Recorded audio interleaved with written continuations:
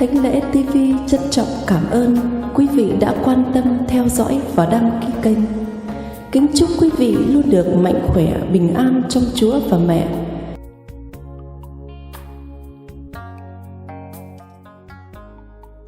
Tiểu sử Thánh Augustino.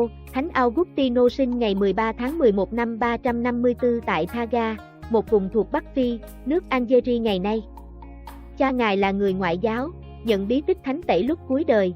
Mẹ ngài là thánh nữ Monica, ngài được thân mẫu Monica nuôi dưỡng trong bầu khí Kitô giáo. Từ nhỏ, Augustino đã tỏ ra là một người sáng trí, thông minh và đầy triển vọng. Nhận ra điều đó nơi cậu bé Augustino, hai ông bà quyết định cho ngài theo đuổi việc học tới cùng.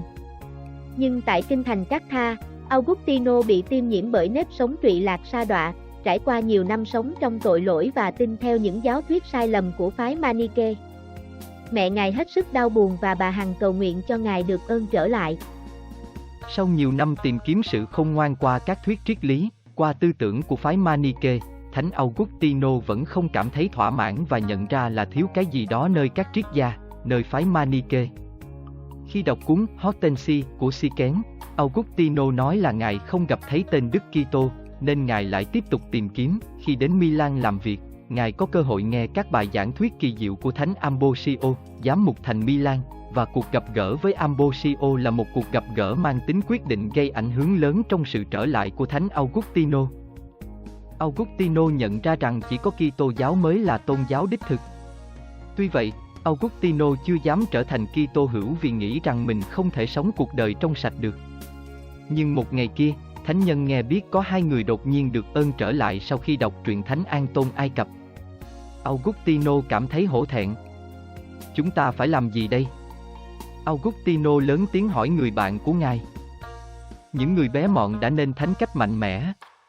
Còn chúng ta, với những cái đầu chứa đầy kiến thức, chúng ta lại quá hèn nhát đến nỗi cứ để mình lăn hoài trong đống bùn nhơ.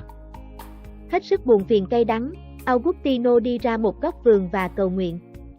Ngay lúc đó, Augustino nghe thấy tiếng một em nhỏ hát những lời này: hãy cầm lấy và đọc.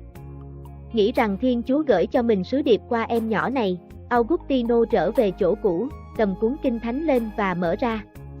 Thánh nhân gặp ngay đoạn thư của Thánh Phaolô: đừng sống theo dục vọng và lạc thú dâm ô nữa, nhưng hãy mặc lấy Chúa Giêsu Kitô. Và đó chính là điều mà Augustino đang cần. Từ lúc đó trở đi, Augustino bắt đầu sống một đời sống mới. Augustino được lãnh bí tích thánh tẩy vào thứ Bảy tuần thánh năm 387 cùng với con trai ngài là Adodat và bạn của ngài là Alipius. Mẹ qua đời, ngài trở về Cát-tha và bán hết tài sản cho người nghèo, sống một cuộc đời khổ hạnh, đang tu cùng với các người bạn của ngài. 4 năm sau, ngài được thụ phong linh mục. Và năm 396, Augustino được đề cử làm giám mục thành Hippon thay cho giám mục Valerio vừa qua đời. Sự khôn ngoan và thánh thiện của ngài đã giúp cho giáo hội Phi Châu tiến triển rất nhiều. Ngài còn để lại nhiều tác phẩm quý giá về thần học, minh giáo và chú giải thánh kinh. Cho đến nay, những lá thư, bài giảng và những giáo thuyết của Thánh Augustino vẫn còn rất giá trị trong lĩnh vực nghiên cứu triết học cũng như thần học. Augustino sống rất giản dị và năng giúp đỡ người nghèo. Thánh nhân thường giảng dạy và cầu nguyện cách rất tha thiết cho tới lúc qua đời.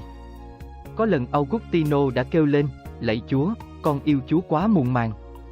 Nhưng thánh nhân đã dùng quãng đời còn lại của mình để yêu mến Thiên Chúa và làm cho người khác cũng yêu mến. Thánh nhân qua đời ngày 28 tháng 8 năm 430 tại Hippon.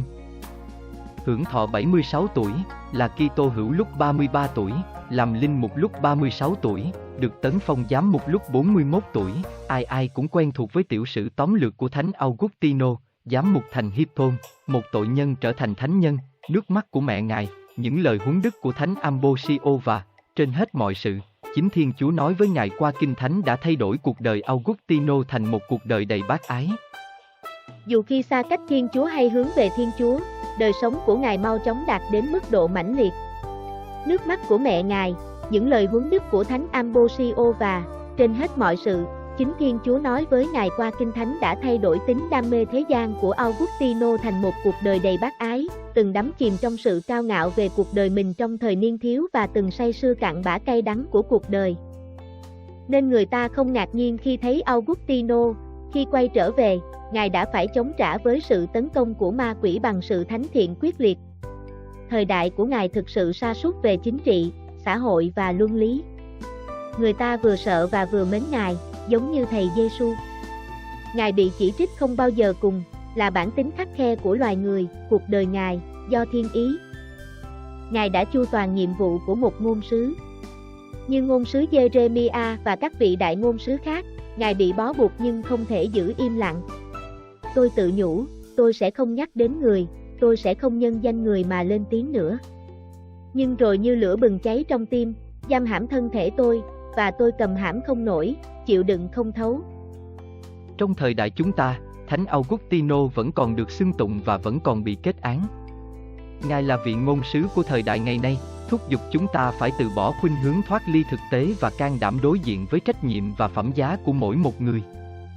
Thánh Augustino đã tự thú rằng: thật quá trễ để con yêu mến Ngài, ôi đấng tuyệt mỹ của ngày xa xưa ấy, nhưng mới lạ hơn bao giờ hết. Thật quá muộn để con yêu mến Ngài. Và đây, Ngài ở bên trong, con ở bên ngoài, và con đi tìm Ngài, con bị méo mó, đắm chìm trong những hình dáng đẹp đẽ mà Ngài đã dựng nên. Ngài ở với con, nhưng con không ở với Ngài. Nhiều thứ đã giữ con xa Ngài, những thứ mà nếu chúng không ở trong Ngài, thì chẳng là gì cả.